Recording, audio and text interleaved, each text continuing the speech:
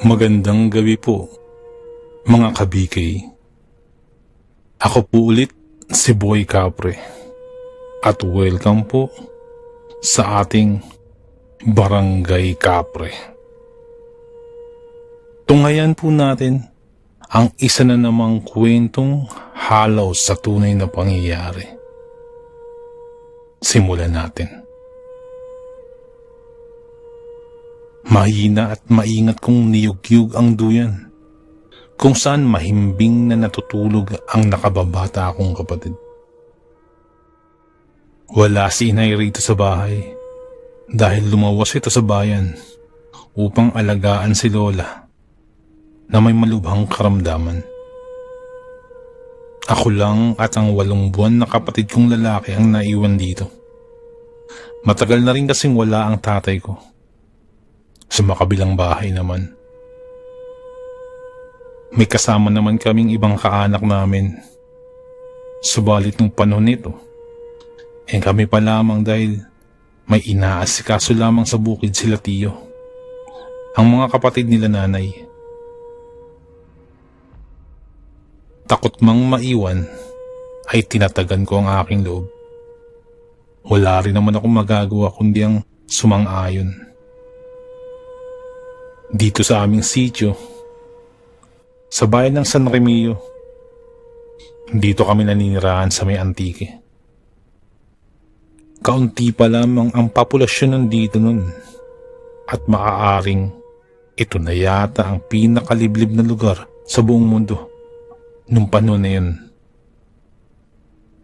May ilang metrong layo rin ang pagitan ng bawat bahay na pinalilibutan naman ng nagtataasang puno at mga damong ligaw. Malubak ang daan at kakaunti lang din ang mga taong sumasadya rito. Yun kung may kapamilyang nakatira sa lugar na to. Bandang 6:00 na ng hapon nun. Kinakailangan ko ng magluto para sa aming hapunan. Habang tulog ang aking kapatid, dali-dali naman akong nagtungo sa kusina at hinanda ang mga sangkap sa pagluto. Hindi rin kami karangyaan kaya nagtitiis sa pagluluto gamit ang panggatong at 3 malalaking bato na nagsisilbing suporta sa kalderong isasalang. Habang abala sa kasalukuyang ginagawa, may boses na tumatawag mula sa labas. Kaya itinigil ko muna ang ginagawa at sinilip kung sino yun. Ano pong atin? Agad kong tanong nang matanaw ang matandang lalaking nakasombrero na may dalang bayong sa kanang kamay. Gusot-gusot ang suot na pantalon nito at kupas na rin ang pang-itaas. Mahaba ang maputing balbas, pati na rin ang buhok. Nakatayo ito, malapit sa aming bakod. Maaari bang makahingi ng tubig, iho? Mahina nitong saad. Oo naman po, nakangiti kong tugon. Bumalik ako sa kusina at kumuha ng isang basong tubig at saka binalikan ng matanda. Laking gulat ko nang naroon na siya sa tapat ng pinto, nakatayo. Nasa bakod pa po kayo kanina, hindi po ba? Kinakabahan kong tanong. Dumiretso naman ang tingin ko sa nakasarang pintuan ng bakod. Inayos nito ang suot na sombrero bago sumagot. Pasensya ka na, iho. Uhaw na kasi ako. Ganun po ba? Eto po, uminom po muna kayo. Iniabot ko sa kanya ang isang baso ng tubig at inanyayahan siyang maupo. Ngayon ko pa lang po kayo nakita dito. Tagasan po kayo? Saka ano pong pangalan ninyo? Sunod-sunod kong tanong. Papunta sana ako ng Belison. Ngunit eto't naligaw ako. Mukhang napadpad ako dito sa lugar ninyo. Sagot nito. Kumunot ang noo ko sa kanyang isinagot. Imposibleng mapadpad siya rito sa lugar namin kung doon naman ang punta niya. Sa tansya ko, ay kilometro ang layo niyon mula rito sa amin. Parang ang layo po yata ng pupuntahan ninyo. Parang imposible pong mapadpad po kayo dito. Napakamot ito sa ulo. Alam mo naman, iho, na kapag tumatanda minsan hindi ko na alam ang daang tinatahak. Alinlang ang sagot ng matanda. Kinabahan ako sa kanya. Kasi kung iisiping mabuti, napaka-imposible talaga ng sinasabi niya. Ganun po ba? Patangutang sagot ko. Kikilatisin ko pa sana siya sa mga tanong nang makaabot sa aking pangamoy na parang may nasusunog. Naku, yung niluluto ko, saglit lang po Tarantang sabi ko at dali-daling tinungo ang kusina. Nasampal ko ang sarili nang makitang sunog na nga ang karne na iuulam ngayon na siya rin kahuli-hulihang meron kami. Nako, paano na to?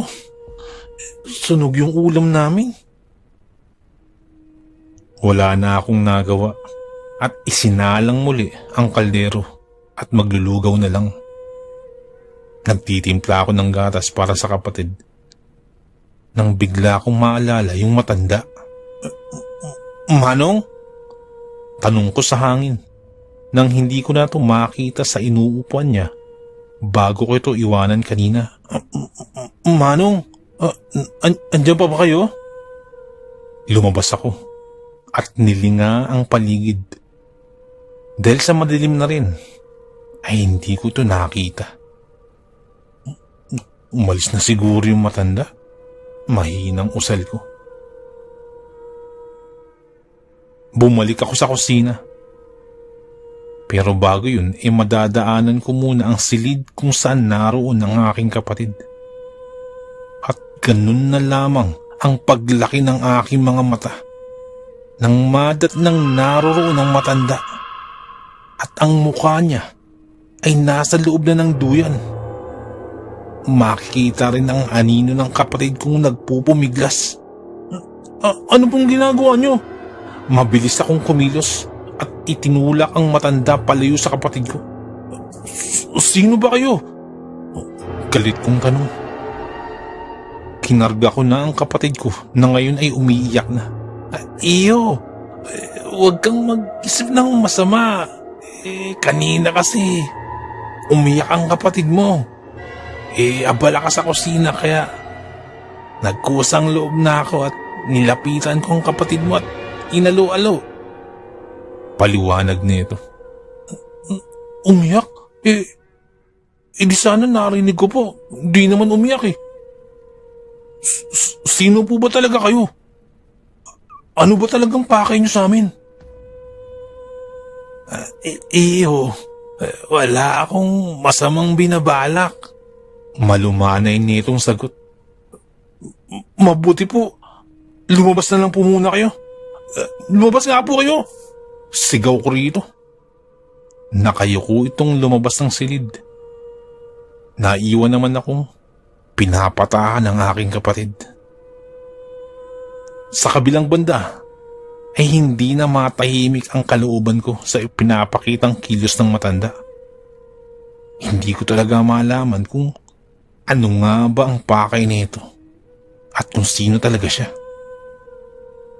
Lumipas ang ilang minuto at nakatulog muli ang kapatid ko. At maingat ko itong ibinalik sa duyan. Paglabas ko ng silid ay nadatnan kong nakatulog sa inuupuan ang matanda. Pinagmasdan ko siyang mabuti. Bukod sa bayong at sombrero niya, ay wala na itong dala. Pero ang kaba ko ay hindi pa rin humuhupa. Kinukutuban ako sa kanya. Isinara ko na lamang ang pinto ng silid ng aking kapatid at humakbang patungong kusina para maghapunan. Nasa kalagitnaan ako ng pagmuya nang may bigla na lamang dumako sa bubungan namin. Napatayo ako sa gulat. Sumunod na ang tunog ng pagpagaspas ng mga pakpak. Napalunok ako sabay tingala sa parte kung saan may dumapo. Ngunit hindi ko pa matukoy kung anong nilalang yun. Sumunod na umihip ng malakas ang hangin. Dahilan upang ang mga bintana ay magbukas-sara. Nakapatay rin ang lahat ng nakasinding lampara. Binalot ng kadiliman ang kabuuan ng aking paningin na sinundan ng nakapaninindig balahibong tunog ng pintong dahan-dahang binubuksan at saka isinara ng malakas. Hindi ako nakakilos at napakurap-kurap na lamang. Sa tanang buhay ko, ito pa lamang ang unang beses na nakaranas ako ng ganito.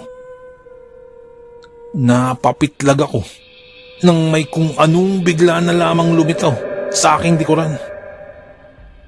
Nawalan ako ng balanse kaya natumba ako. Dahil sa kadilimang bumabalot ay hindi ko maaninag kung ano ang nasa harapan ko. Nung maya-maya pa'y bigla na lamang umiyak ang aking kapatid na lalaki. Makoy! Naisigaw ko ang pangalan ng aking kapatid nang umalingaw-ngaw ang iyak nito. Agad akong tumayo at pinuntahan ng silid nito, ngunit dahil madilim ang paligid ay bumangga-bangga ako at kinapaka pa ang daan. Makoy! Pagtawag ko ulit. Sa pagkakataong ito, ang kanyang iyak ay pahina ng pahina na parang inilalayo siya. Bigla akong napatigil nang bumangga ako sa isang matigas na bagay. At nang kinapaka pa ko ito, mabuhok ang parting ito na parang dibdib at braso. Nang pinag-aapang ko pang aking kamay, inaabot ko ang kanyang muka. At ganun na lamang ang kilabot na nanalaitay sa aking katawan nang makapa ko ang matutulis nitong ngipin. Nabasa pa ang aking kamay sa laway nito. At umalingasaw din ang mabahong amoy na nagmumula sa hininga nito. Nakasusulasok ang amoy nito. Sino ka? Sigaw ko habang paatras akong humakbang. Nagsisisigaw ako nang nagsisisigaw nang ipiti ng ulo ko gamit ang dalawang kamay nito. Pakiramdam ko ay para akong bulatin na binuhusan ng asin sa pagiging malikot dahil sa pagpupumiglas. Dahil lahat ng puwersa niya ay idiniin niya sa aking ulo na sa tingin ko'y ilang sandali na lang mawawasak ng aking bungo. Napaubo ako ng sunod-sunod. Hinahabol ang hininga matapos akong bitawan nito at ihagis sa sahig. Hindi pa siya tapos. Muli niya akong inakay patayo at walang kaalinlangang inihagis ako sa ere. Napadaing ako sa hapding naramdaman sa aking tiyan. Pagkapa ako'y nag-uunahan sa pagdaloy ang dugo. Mula sa kung saan, may liwanag akong naaninag. At doon ko lang nakita ng malinaw ang kinakaharap. May malalaking pakpak. Mahahaba ang kuko. Matutulis ang mga pangil at mabukang katawan. Kahit may tinamo kong sugat sa tiyan, pinilit kong makatayo. Subalit, muli rin akong natumba. Pakiusap! Huwag ang kapatid ko! Humahagulgul kong pagmamakaawa. Iyak na ng iyak ang kapatid ko, habang pumapakawala naman ng nakabibinging tawa ang nilalang na yun. Pakiusap! Huwag siya! Tiklop tuhod na ako't lahat-lahat at nakikiusap na huwag gagalawin ang kapatid ko. Ngunit lumipad ito sa ere. Dala-dala ang kapatid ko. At parang mamamatay na sa pag-iyak si Makoy. Pinilit kong makatayo sa kabila ng tinamo kong pinsala. Marami-rami na rin dugo ang nawala sa aking katawan. Ibalik mo ang kapatid ko! Sigaw ko rito sa nilalang. Maya-maya pa'y lumapit ang nilalang na to sa akin. Gamit ang kanyang kuko, ay hiniwa nito ang aking pisngi. At dahil doon ay nagsisisigaw ako at naibaluktot ko ng sarili sa kakaibang sakit na nadama. Sino ang gusto mong mauna? Ikaw o ang kapatid mo? Salita nito at nang iangat ko ang aking muka sa nagsalita, ay ganun na lamang ang galit na aking nadama dahil yung matanda kanina ay siya yung bumibiktima sa kapatid ko ngayon. Napakawalang iya mo! Dinampot ko ang mga bato sa aking panan at pinilit kong ibato sa nilalang sa aking harapan. Pinilit kong batuhin yung matandang lalaki na yun dahil sa galit ko. Siya yung nakituloy sa bahay kanina. Tama ang kutob ko sa kanya sa simula pa lamang. Hindi na ako makapag-intay pa na muling makatikim ng laman ng isang sanggol.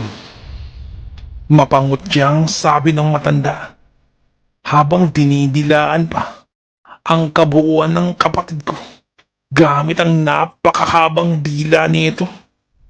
Huwag ang kapatid ko! Ako na lang po biktimahin mo!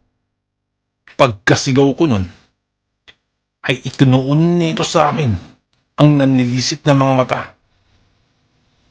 Sanggol ang aking kinakain at hindi kagaya mo. Muli ay nagpalit anyo ito at lumipad rin sa ere at inihagis-hagis pa ang kapatid ko na walang ibang magawa kung hindi ang umiyak ng umiyak. Sa kabilang banday bigla akong naisip ang ibinigin ni inay bago ito lumawas ng nakarang araw. Sa hagdanan daw, sa ilalim nun, ay may kahong naglalaman ng panlaban kung sakaling may gagambala sa oras na wala daw si inay. At muli kong naalala yun. Kaya napaimpit ako habang hawak ang aking tiyan. At pinilit kong bawiin ang lakas at sinikap na marating ang kinaroroonan ng kahon. Pagkabukas ko sa kahon, ay naiharang ko agad ang palad ko. Dahil pakiramdam ko ay nagkukuluan ang mga to. Dahil may mga likido na nakasalin sa maliliit na garapon na panay ang paggulo. Hindi ko man alam kung alin doon ang tinutukoy ni inay. Kinuha ko ang lahat ng pwede kong makakuha. At muli ay binalikan ko yung nilalang. Tinawag yung nilalang. Sa paghahamon ko dito, nabaling naman ang tingin niya sa akin. At tila pinaunlakan ang hamon ko. Nanginginig ako habang papalapit ito. Hindi ko alam kung alin ang ilalaban ko sa iba't ibang bagay na hawak ko. Naguguluhan ako. Subalit ilang dipa na lang ang layo ng nilalang sa akin. At dahil sa pinaghalong emosyon, naihagis ko na lang sa mukha ng nilalang ang lahat ng hawak ko. Umalingaw-ngaw ang hiyaw nito. Isang napakalakas na pag-angil. At dahil doon ay nabitawan nito si Makoy. Kaya napasigaw ako dahil mataas ang pagbabagsakan ng kapatid ko. Napatalon ako bigla para lamang masalo ang sanggol kong kapatid. At bago pa man ito tumama sa lupa, ay nasalo ko na ang kapatid ko. Nasalo ko si Makoy. Nasa aking dalawang bisig. At sabay akap ko rito. Sa tagpong yun ay hindi ko naalintana ang sugat ko. Matapos yun ay nagpagulong na ako patungo sa damuhan. Hanggang sa sumakit na naman ang sugat ko sa tiyan. Nagkubli muna kami ni Makoy sa mga nagtataas ng damong ligaw. At sa di kalayuan, ay rinig ko ang nilalang na pumapalahaw sa sakit. At panay angil ang nililikha nito. Tana Makoy, andito si Kuya. Aloko sa kapatid ko habang pinapatahan ko ito. Samantala ang katawan ng nilalang ay unti-unting napapasok at matindi na rin ang usok na bumabalot sa katawan nito. Tumalon ito sa kakahuyan hanggang sa nawala na lamang ng tuluyan sa kadiliman. Mahigpit kong niyakap ang kapatid ko. At ilang sandali pa, bumalik na sa normal ang lahat. Napahinga naman ako ng sobrang lalim. Matapos mapagtantong nagawa naming makaligtas sa kamay ng kamatayan. Lumuluha akong hinahagkan ko ang pisngi ng aking kapatid. Nakaaligtas tayo, Makoy. Nakaaligtas tayo. At abot-abot ang pasasalamat ko sa may kapal sa paggabay niya sa amin.